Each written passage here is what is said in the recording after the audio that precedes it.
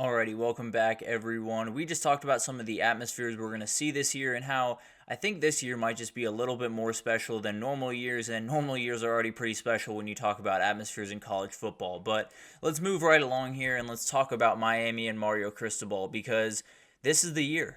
Period. End of story. This is the year that Miami needs to make a lot of things happen. We talked about it a little bit earlier where he's kind of Mario Cristobal, that is kind of on the same wavelength as Ryan Day right this second. Obviously, a little bit less pressure over in Miami than there is up in Columbus right now, but doesn't change that they need to deliver this year, and doesn't change that they absolutely need to find their way up to the top of this conference and possibly even win it this year because a lot of stuff is in place. As you've known, I'm sure, throughout this offseason, Miami is one of the biggest winners. There's no two ways about it. I think Miami had a huge offseason. I think Ohio State obviously is the biggest offseason winner of the bunch, but Miami's coming into this year with as much hype as really anyone. They upgraded everywhere, and mainly that guy right there, Cam Ward, coming in was a huge win. I think Florida State was very much after him, and stealing him from them was absolutely huge for this program. He's someone that can absolutely elevate your team and just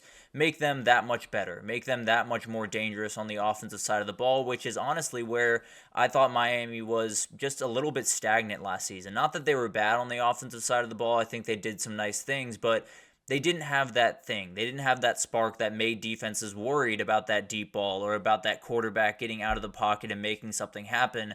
That's going to be the case for Cam Ward, and it's going to be really interesting to see what Miami can do, but I understand the lofty expectations for Miami. There's no two ways about it. There's a remarkably talented team in a really wide open conference this year, but at the same time, I do think Mario Cristobal's on schedule. I think he's doing things at the pace that you should expect him to do it. I think there's a lot of things happening at Miami behind the scenes, whether you talk about the infrastructure that's being set up, the NIL game, they're playing really, really well right now, and just recruiting overall has been just at a higher level than it was in the past for Miami since Mario Cristobal has come in. So part of me wants to say, let's let him take his time. If he goes 9 or 10 wins or even 9 wins this upcoming year, that's a huge win, and frankly, that's probably the way that I would view it. But at the end of the day, Miami wants to win an ACC title. I think every Miami fan would tell you that is priority number one, and it's because of that guy.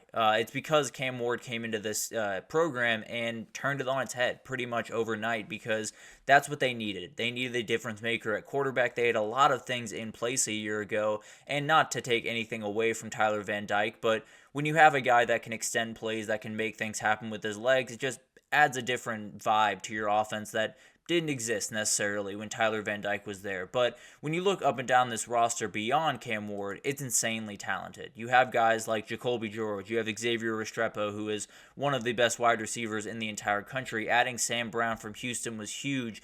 And then you probably have to have some younger guys make some plays. Nye Carter is someone I'm watching very closely. Josiah Trader, another one. The running back room is off the charts good. Damian Martinez leading it, coming over from Oregon State. But you also have Mark Fletcher Jr. You also have an offensive line that is just ridiculous, led by Francis Mauanoa, who is an awesome junior who I think is going to do just great work this upcoming year.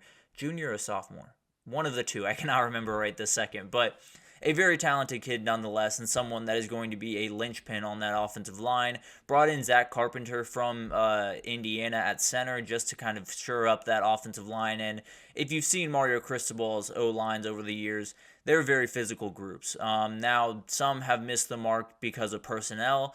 I don't think that's going to be the issue for this one, at least outwardly the issue. You won't necessarily notice it too much. But then on the defense, they did work in the portal. There's no two ways about that. Simeon Barrow Jr. coming over from Michigan State was the biggest pickup likely. But then you also got Michelle Powell from Washington, who's a fantastic safety. You have Tyler Barron and Elijah Alston off the edge, who are huge. Jalen Alderman in the middle of the field.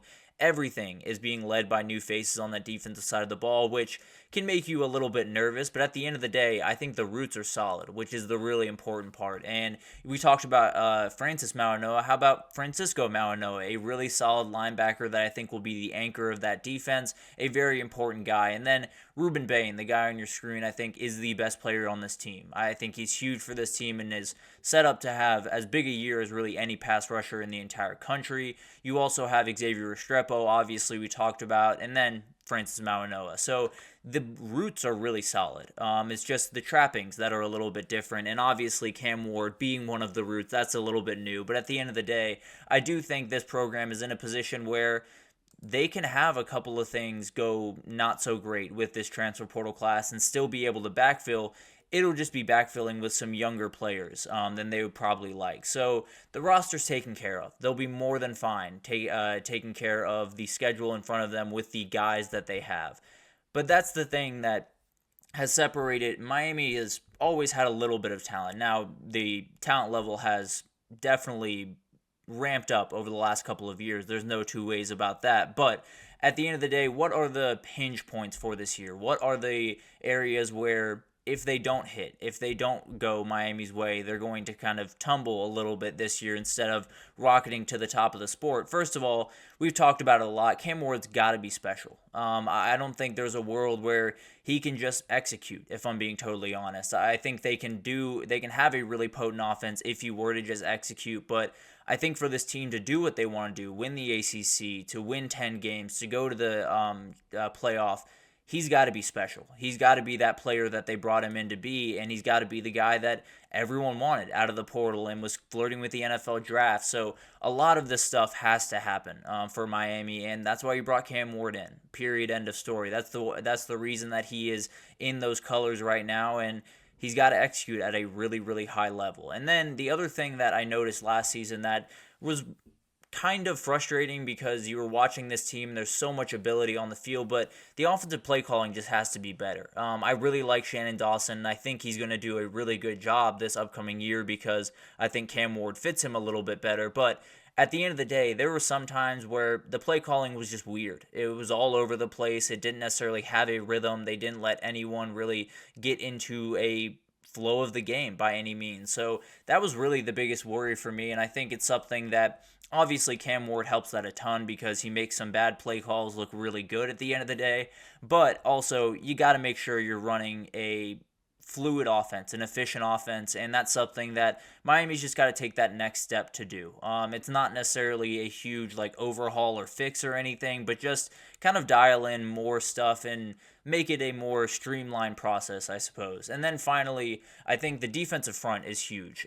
They might be the most important part of this team because that's where you've kind of made the difference this upcoming season. That's where you've made the biggest splash, in my opinion, in terms of what you had last season and what you have now, probably outside of quarterback. But you have Simeon Barrow Jr., you have CJ Clark, who are going to carry a ton of weight. They are going to be the starters at those positions, and Barrow Jr. is a known commodity coming from Michigan State. CJ Clark a little bit less so, coming from a little bit lower ranks, but still a very talented kid. I do think we're going to see some very young kids like Armando Blunt and Justin Scott and some of these really younger kids that are very talented, but they're going to be thrust into action pretty soon and pretty early, and they're going to have to be ready to roll. And then finally, the biggest one for this team is just handling the hype. There is going to be a lot of stuff that is talking about Miami throughout the season, going into the season, and then if they win a couple of games early on, it'll go through the roof. There will be people talking about this team as a playoff contender, as the ACC favorite, as a national title contender. So many things will be put on this team's shoulders, and they got to handle it because pretty much no one in that locker room has been at that level, has been at that college football level where they've been the team to beat in a conference, where they've been the team with the biggest target on their back. So they're going to have to be ready to roll. There's no two ways about that. And they're going to have to be every single week show up and say, we've earned nothing. We're 0-0 right now and we have to go 1-0 and then just move on to the next week. So it'll be really, really interesting to watch that. Frankly, that's going to be the biggest thing. Mario Cristobal has done a ton of legwork in this program to take it to where it is right now. Now it's time to reap the rewards. Now it's time to take all of the recruiting and all of the building, and especially on the two offensive and defensive line, take all of that together and just go to work. The roster is awesome. The staff is really good. The NIL resources are off the charts. The energy around this program is better than it's been in a very, very long time. The time is now, period, end of story. It's one of those teams that you look at this year as maybe it's the end-all be-all for this iteration of Miami. If they don't perform this year, if they go 8-4, the criticism is going to be very, very loud. It's going to be just as loud as the people singing your praises right now. So I do think there is going to be this energy around Miami where if they execute, great. It's a rocket ship off to whatever they want to be. They can be one of the powerhouses of this sport if they really use this as a launch pad.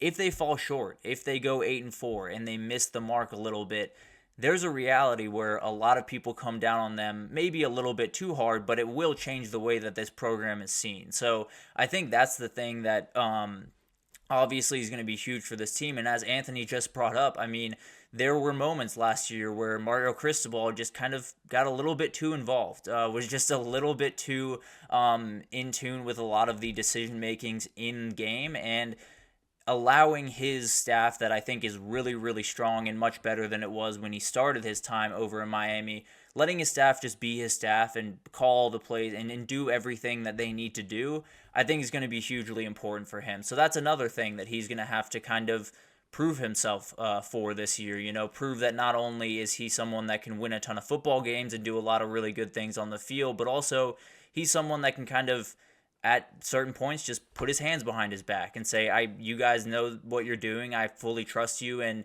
we're going to, land wherever we land with some of the guys that I have. So I think if you were talking about a pressure index going into this year, you'd find Miami anywhere between 2 and 5. I think Ohio State has number 1 locked up and no one's catching them, but I do think Miami is not too far behind there, and this is the year to execute. There's no two ways about that. I know Hurricane fans have been waiting quite some time to be an elite program, and everything's pointing in the right direction for this to be the year that starts the rocket ship that could be Miami football. So it'll be awesome to watch that team. If they win a ton of games, it could be tough to stop them in the future. If they, go 8-4, 7-5, it could mean Mario Cristobal is heading for a quick exit. Let's just put it at that. But we'll take our second break here, and when we come back, we're talking about recruiting. We'll get into Kalen DeBoer and how all of the doubters about him recruiting in the South were just plain wrong. So we'll break that down right after this, so stick with us.